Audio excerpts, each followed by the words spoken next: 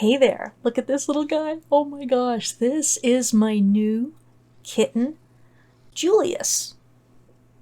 Of course, we call him Jules, and Bubba, and Goober, and a lot of other things, depending on how he's behaving. He was my birthday present. Oh, and there he goes. He's only 3 months old. He's so cute. Anyway, that is not why we're here today. And I'm going to go and let him out. I'll be right back in just a minute. Okay, I'm back. You do not want to force him to be anywhere because he can get really kind of crazy. And I better put those down or they're just going to be hanging there the entire time. And that's very annoying. Anyway, I got new glasses this week. See, there. Look at when you look at my face. You see how it goes in at the sides because I have really bad eyesight and then I read a whole lot, but I don't think that actually affects it. But anyway, I like these glasses because they're a lot lighter than my old ones. So, I'm happy about that. And I like pink.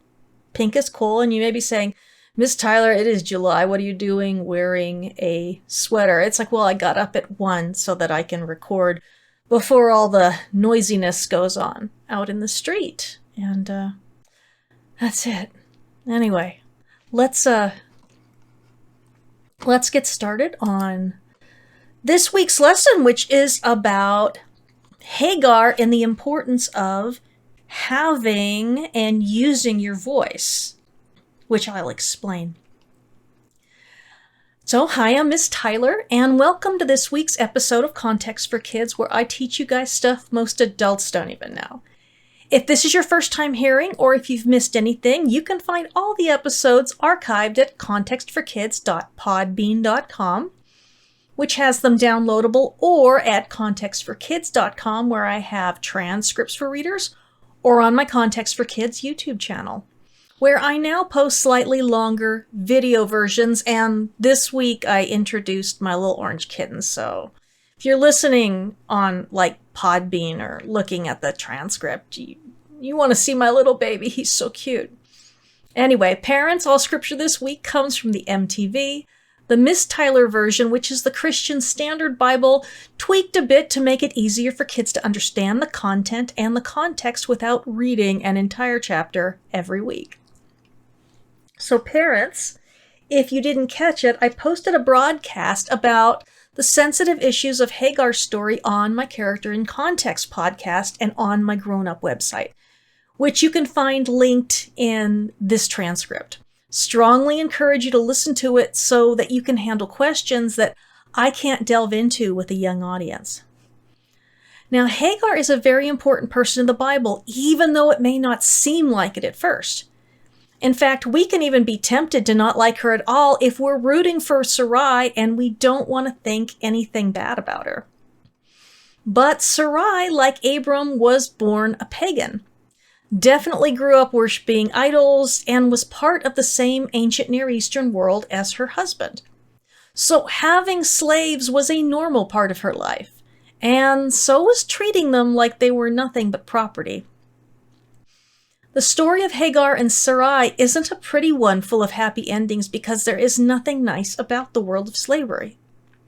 Slavery was something that happened to people, and even those people who chose to be slaves only did so because it was their best chance of surviving when they'd run out of money. At the end of Genesis, we will see that near the end of the 7-year famine in Egypt, all the Egyptians had sold themselves to Pharaoh as slaves in exchange for enough food for themselves and their families to live on. Wow.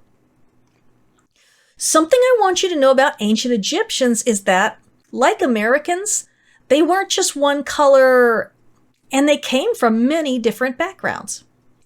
Many Egyptians were people from different countries originally who had moved to Egypt because there was almost always plenty of food there. And Egypt was very good about welcoming foreigners, like Abram and Sarai in Genesis 12. And so Egypt was full of people who had different skin colors, just like America. Most Egyptians were brown-skinned, but some had very dark skin, if they were like from Cush, and lighter brown skin if they came from Asia, like Abram and Sarai. But there wouldn't have been anyone who was white there like me, because we seem to have fallen out of the Bible back in Genesis 10, and that's the last you see of my ancestors in the Bible. You know, I'm very grateful for Jesus, so I can at least be there by the time Revelation 22 comes around and we're all worshiping God together. Now, Egyptians were people from a lot of different places like Sudan, which was called Cush, Ethiopia, and Libya. They were people who were united by the Egyptian way of life. And we can see why people would think that Egyptian culture was something they would want to be a part of. The ancient Egyptians were incredible artists, builders, doctors, and military fighters. They could do things that we still can't figure out how to do now, like build the pyramids. And it's not like they're gonna let us take one apart today, right? They even performed eye surgery. Dang. So when you think of ancient Egypt, I want you to remember that they were the richest, most powerful, and most technologically advanced country on earth, while Abram, Isaac, Jacob, and his children were still alive. And they stayed that way until the time of Moses, but that's another story. Hagar was from Egypt, and when we first meet her in Genesis 16, she is a slave belonging to Abram's wife Sarai.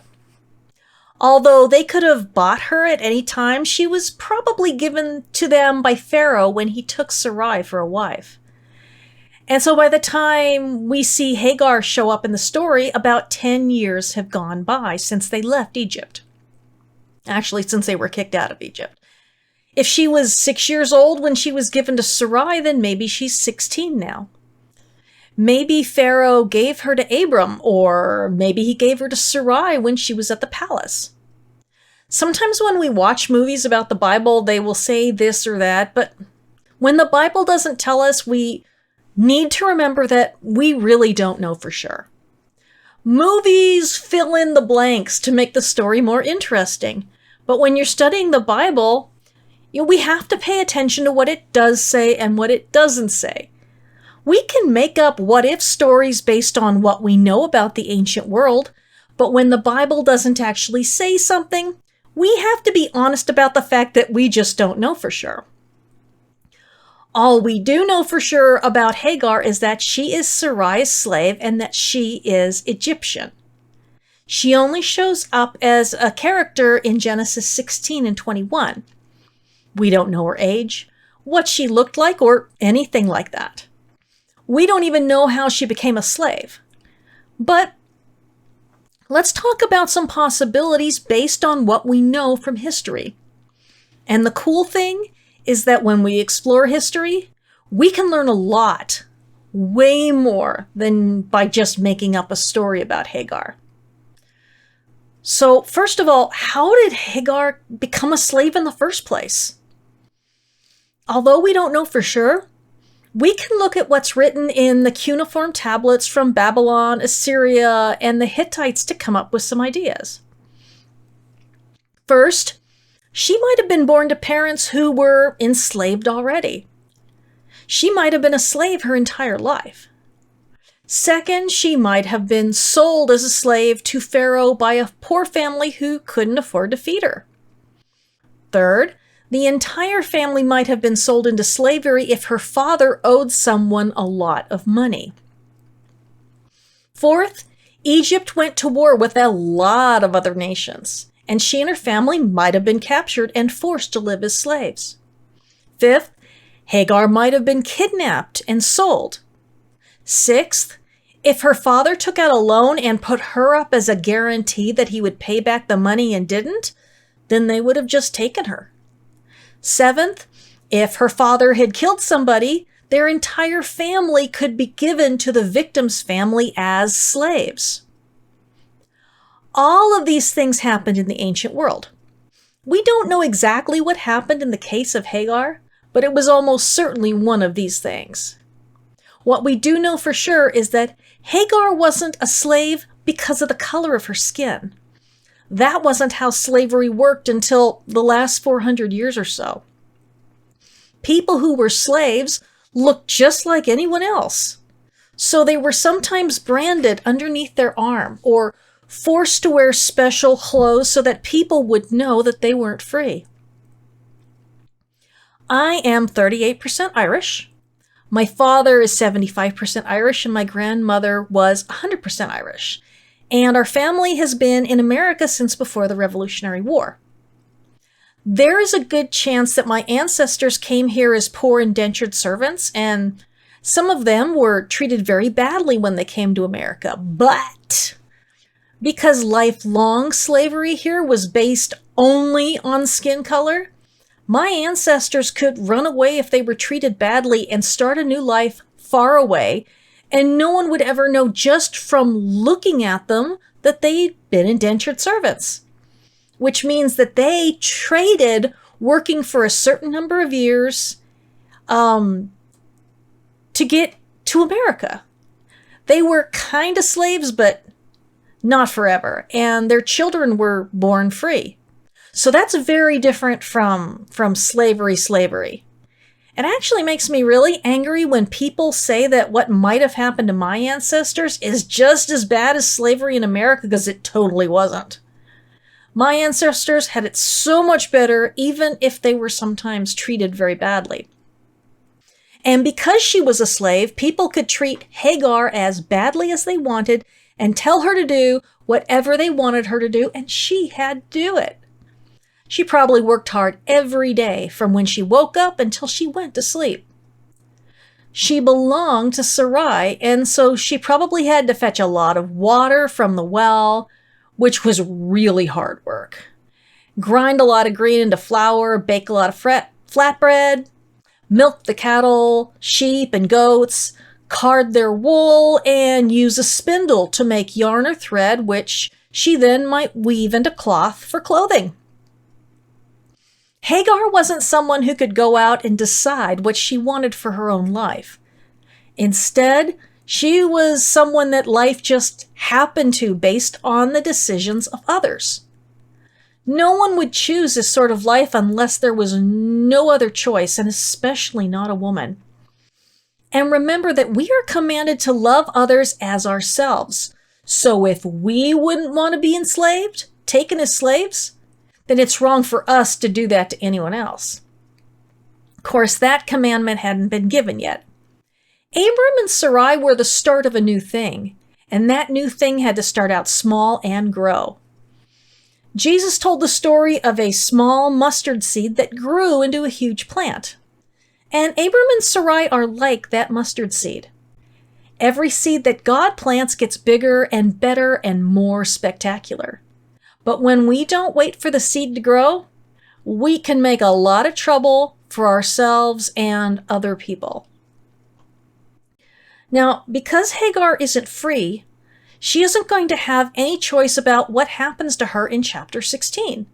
She gets told what to do, and she has to do it whether she wants to or not.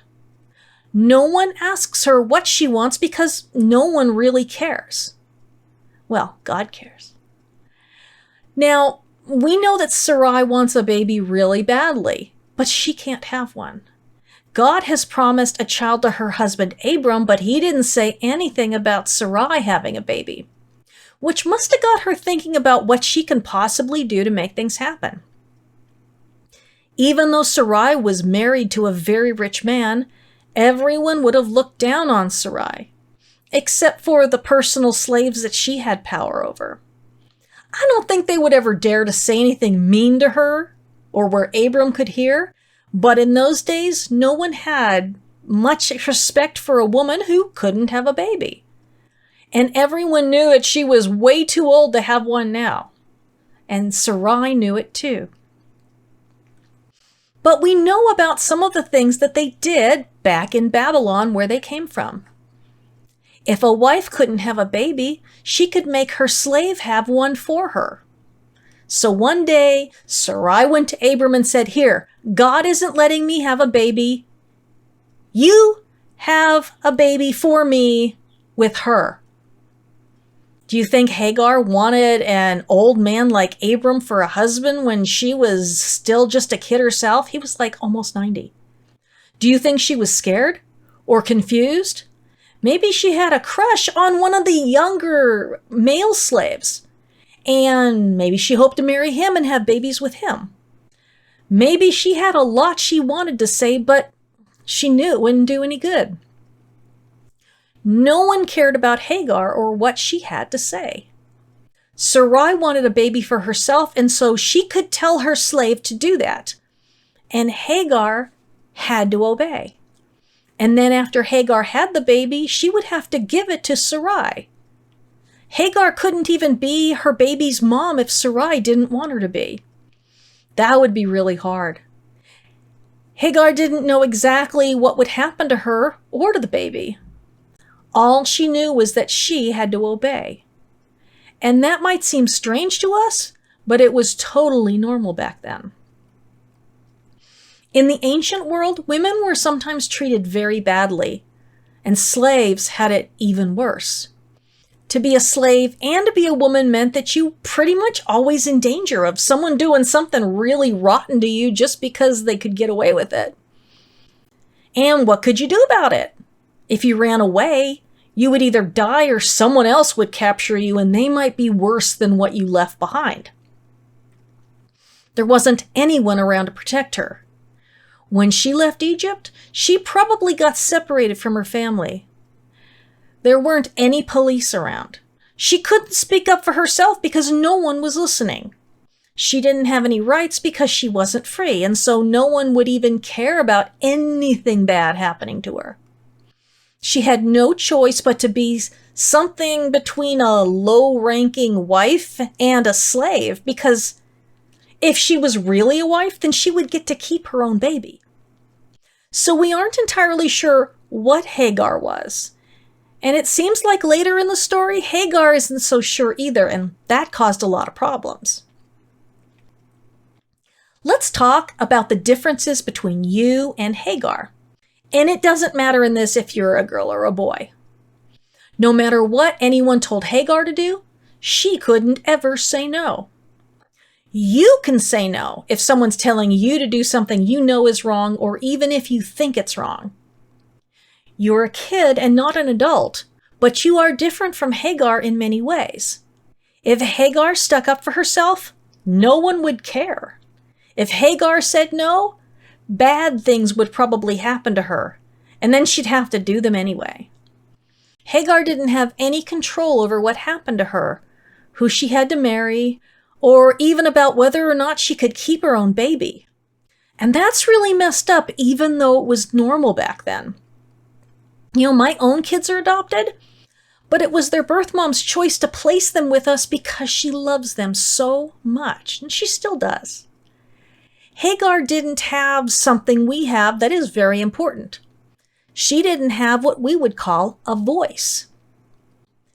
In the ancient world, and even today, to have a voice means that people will listen to you when you talk. For example, people listened to Jesus preach the good news because he worked miracles, cast out demons, raised the dead, made bread and fishes, and did a whole lot of other things. When Jesus did those things, the people knew that God was saying, listen to him very carefully and do whatever he says. People like kings and priests also had a lot of voice because they had power and respect. So people took the things they said very seriously. If a king said something bad about you, then everyone would believe it. If a king told you to do something, you better do it.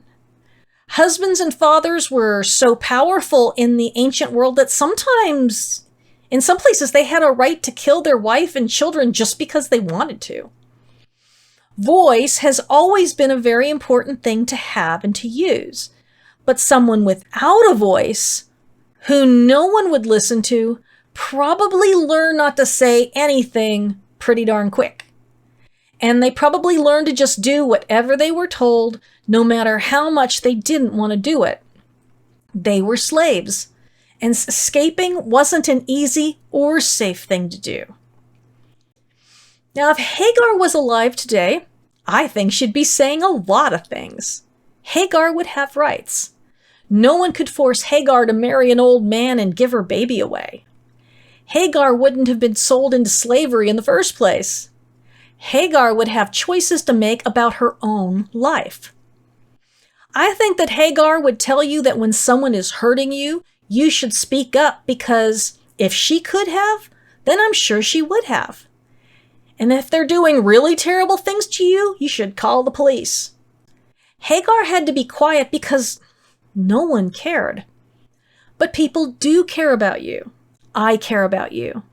And you are very precious to God, created to be His image bearer and show the world what He is like. Hagar was raised in a world where slavery was absolutely normal, even though we know it's strange and terrible now.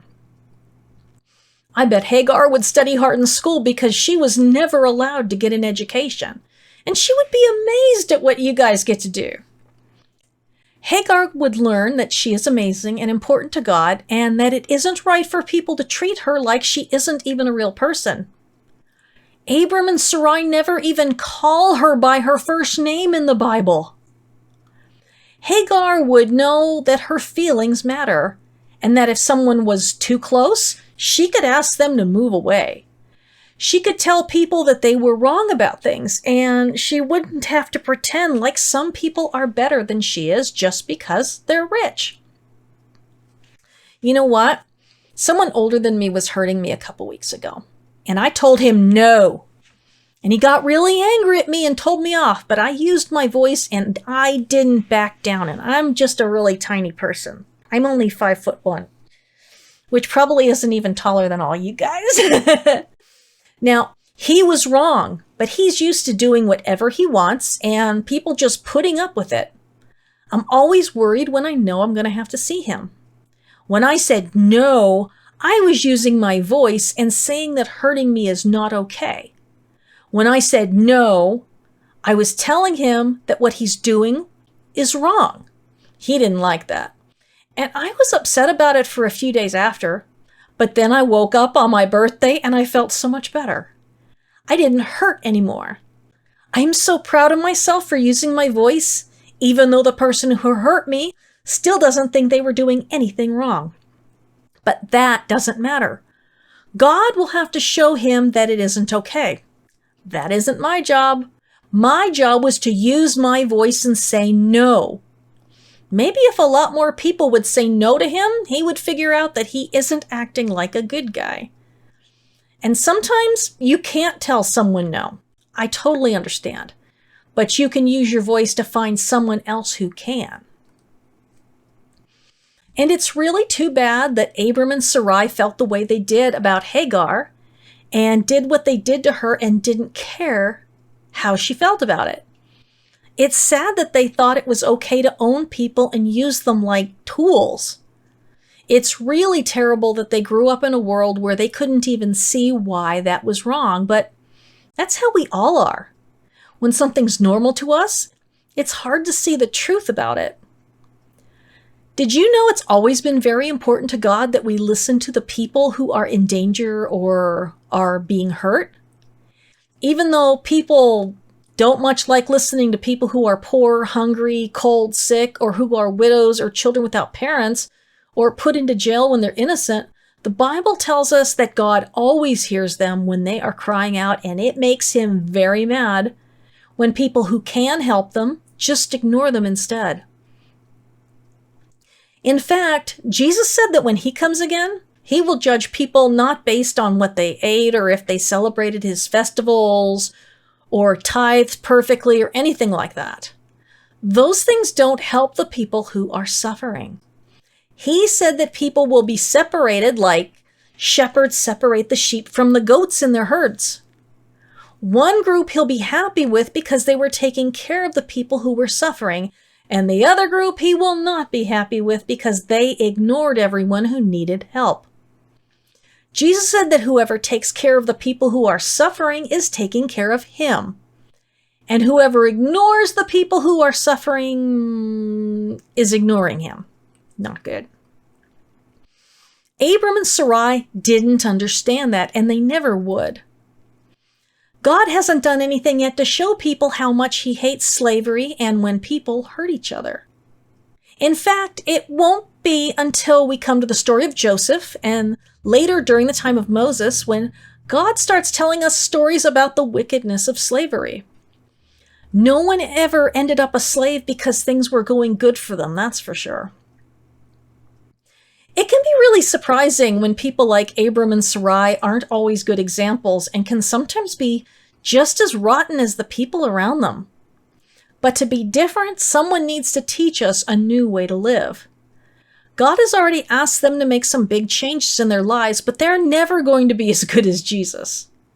Jesus has been with God since the beginning, and he knows how everything was supposed to be before it got wrecked by sin and rebellion. Jesus knows that we're supposed to live together in harmony with no wars, sickness, slavery, abuse, lies, people trying to control each other, or any of that. He knows because everything was peaceful and perfect when it was just Jesus, God, and the Holy Spirit together. Can you even imagine what they were thinking as humans came up with new and terrible things to do each other? When Cain killed his brother over something that didn't even have anything to do with Abel, when Lamech took 2 wives and then murdered a young man over nothing, and Nimrod went to war and built a mighty empire, humans are really good at finding ways to make each other suffer. But that was why it was so important that God chose Abram to start a new way of life. As Abram learned to follow God and listen to him, he became a better man than he was at first. And his son Isaac and Isaac's son Jacob and Jacob's sons will have to learn to follow and listen too. They won't always listen and they won't always obey. The people of God will do awful things, and God will have to hold them accountable. There's only one perfect person in the whole Bible, in the history of the whole world, and that's Jesus. Because Jesus is perfect, when we trust him and accept him as our King, his Spirit comes and lives with us, and we are able to change much more quickly than Abram, and a whole lot more. The Spirit teaches us how to love others and even forgive them. The Spirit teaches us not to hate people, but to love helping them. The Spirit changes warlords and gang members into missionaries and preachers. The Holy Spirit of God can change you into whatever God wants you to be, no matter how impossible it seems. He's still changing me all the time. I love you. I'm praying for you.